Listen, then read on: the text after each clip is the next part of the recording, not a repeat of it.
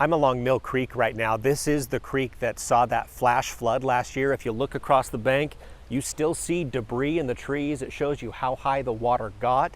It completely flooded up the creek campground right here. Campers had to escape from their flooded tents in the darkness, and it was unclear if this place would ever come back.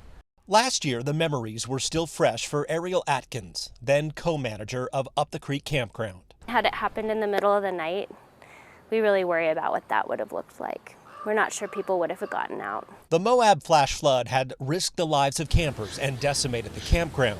It was closed for the season and the future was murky. But today, we're giving it a try for this year, but it's going well enough that I think we're going to continue on. It's open again. Kirsten Peterson and David Wilson are its new managers. They chose to take on the task partly because of the campground's history. We get all these people who have been coming here for 10, 20 years. The reopening has come with new safety guidelines from city officials. The city forced us to kind of really change the footprint because half the campsites used to be a lot closer to the creek.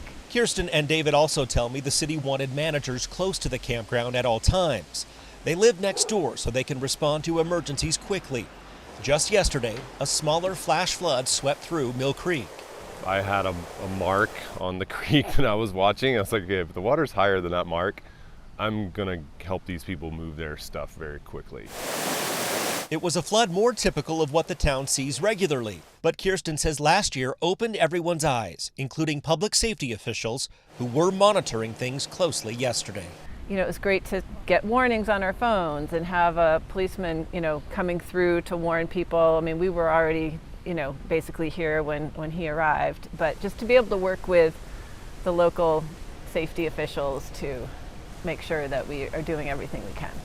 Another safety measure required by the city, these picnic tables need to be secured a bit more. They're pretty heavy, but you can still see a few of these downstream crumpled and mangled from when they were washed away last year. In Moab, Lincoln Graves, KUTV 2 News.